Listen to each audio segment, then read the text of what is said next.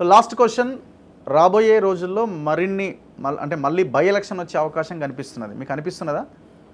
Party ఫిరాయింపులు జరుగుతున్నాయి, జరిగినాయి ఒక 10 మంది, ఒక ఆయన మళ్ళీ బ్యాక్ వచ్చింది అంటున్నారు, అక్కడే ఉన్నారని ఒక చర్చ జరుగుతున్నది. సరే 9-10 మంది బీఆర్ఎస్ నుంచి కాంగ్రెస్లోకి పోయారు.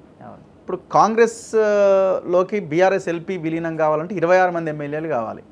సో నెంబర్ చూస్తుంటే కష్టం అనిపిస్తున్నది. అంటే ఎలక్షన్ వస్తాయేమో అయితే నాకు కనబడుతున్నది.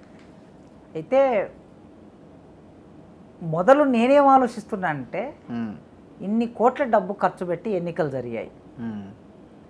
ఎన్నికలలో ఖర్చు అయ్యే డబ్బుకు ఆడిట్ ఉండదు. అవును, ఎలక్షన్ కమిషన్ ఆడిట్ ఉండదు. ఈ ఆడిట్ ఉండనటువంటి డబ్బు ఇన్ని వేల కోట్లు ఖర్చు అయింది, లక్షల కోట్లు ఖర్చు అయింది. ఈ లక్షల కోట్లు ఖర్చు అయిన తర్వాత ఒక పార్టీ బీఫామ్ తీసుకొని వచ్చి పోటీ చేశారు. మీరు పోటీ చేసి గెలిచారు. గెలిచిన తర్వాత ప్రజలు మీకు ఎందుకు ఓట్లేశారంటే, బాబు నీవు ప్రతిపక్షంలో ఉండాలి, ఈసారి మా హక్కుల గురించి పోరాటం చేయాలి అని చెప్పి నీకు ఓట్లేశారు.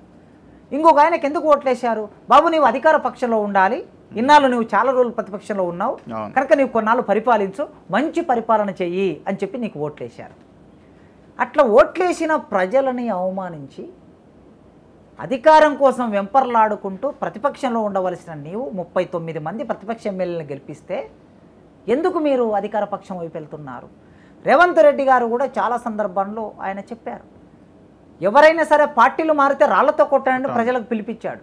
మరి రాళ్లతో కొట్టండి ప్రజలకు పిలిపించినటువంటి మీరు ఆనాడు కాంగ్రెస్ పార్టీ ప్రతిపక్షము హోదా లేకుండా ఎమ్మెల్యేలందరినీ టీఆర్ఎస్లో కలుపుకొని అక్కడ ప్రతిపక్షం లేకుండా చేసేశారు. ఆ బాధ ఏందో మీకు తెలుసు. కాంగ్రెస్ పార్టీ వాళ్ళకు తెలిసి మళ్ళీ వాళ్ళ ఇంకో పార్టీలో ఉన్నటువంటి ఎమ్మెల్యేలను చేర్చుకునే సంప్రదాయం ఎందుకు? ఒకవేళ మీరు చేర్చుకోవాలి, ఆయన మీ దగ్గరికి రావాలనుకుంటున్నాను అనుకో, ఓ ఎగ్జాంపుల్ చెప్తా. ఈటల రాజేందర్ బీజేపీలో చేరాడు. ఆయన సరే మంచికో చెడుకో బీజేపీలో చేరాడు, ఆయన రాజకీయ నిర్ణయం అది. చేరినప్పుడు ఏం చేశాడు, రాజీనామా చేసి వెళ్ళి బీజేపీలో చేరి మళ్ళీ ఎలక్షన్లోకి వెళ్ళాడు. ఎలక్షన్లోకి వెళ్ళిన తర్వాత అంటే అదేంటి టెస్ట్ చేసుకున్నాడు తనంతా.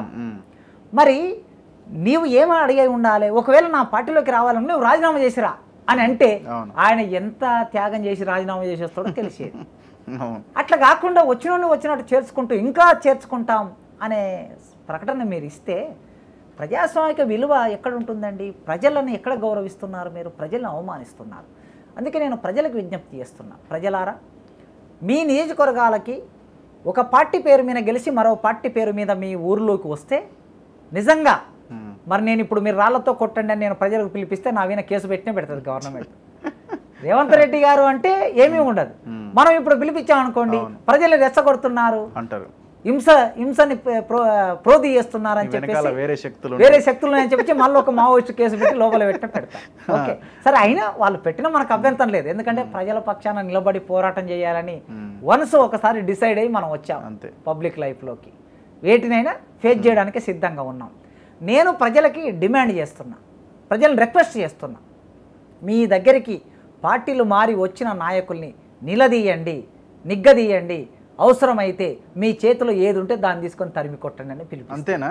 దేన్ని తీసుకొని తరిమి కొట్టండి. అంటే ప్రజలు చైతన్యం కాకపోతే ఏమవుతుంది? ప్రజల చైతన్యం కాకపోతే ఈ పార్టీలో గెలిచి ఆ పార్టీలో గెలిచి ఈ పార్టీలోకి మారుతూనే ఉంటారు. తీసుకునేటోనికి ఏముండదు, పోయేటోనికి ఏముండదు. ఇప్పుడు ఒక డిమాండ్ రాజీనామా చేసి వెళ్ళండి అన్నది కూడా తప్పే అంట నేను. ఎగ్జాక్ట్లీ, రాజీనామా చేసి వచ్చిన మళ్ళీ ఎలక్షన్ ఖర్చే కదా, ఖర్చే కదా. కనీసం విలువ గురించి మాట్లాడుతున్నాను నేను, అది కూడా కోరుకోవటం లేదు. అంటే ఒక విలువనైనా ఉండాలి కదా. అంటే అట్లాంటి విలువలు లేని, విలువల రాహిత్యంలో ఉన్న రాజకీయ నాయకులు ఉన్న చోట ప్రజలు చైతన్యం కాకపోతే మనం ఏం చేయలేము. అందుకే మనమందరం వివిధ స్థాయిలో, మీడియాగా మీరు, ఒక టీచర్గా నేను, ప్రజల్ని చైతన్యం చేసి ప్రజలు ఒకవేళ నిలదీస్తే ఒక భయం ఉండాలి, రాజకీయ నాయకుడికి భయం ఉండాలి. ఆ భయాన్ని కల్పించాలని నేను కోరుకుంటున్నాను. ఒక్కసారి ఓడగొట్టాలి, ఎవరైతే ఎంతమంది అయితే పోటీ చేస్తారో అంతమందిని ఓడగొట్టాలి. అందుకే ఇప్పుడు ఒకవేళ నిజంగా భయపడాలి, మీరు అన్నట్లు బై ఎలక్షన్ వస్తే వచ్చిందనుకోండి, ఈ బై ఎలక్షన్లో పోటీ చేసి పార్టీలు మారి పోటీ చేసే ప్రతి ఒక్కరిని ప్రజలు సాలిడ్గా ఓడగొట్టాలి. అప్పుడు అర్థమవుతుంది అంటే ప్రజలు వాళ్ళేమి అమాయకులు కాదు, వాళ్ళని మనం పిచ్చోళ్ళని చేయాలనుకుంటున్నాం, అది తప్పు అనే ఒక ఎరుక రాజకీయ నాయకులకు రావాల్సిన అవసరం ఉన్నది. అయితే నేను అనుకోవడం బై ఎలక్షన్ లాంటి పరిస్థితి తీసుకురావటం అంటే మళ్ళీ కొన్ని వేల కోట్ల డబ్బును ఖర్చు చేయటం, అంతే. అది ప్రజల డబ్బే, అవును, వాళ్ళ సొంత డబ్బు కాదు.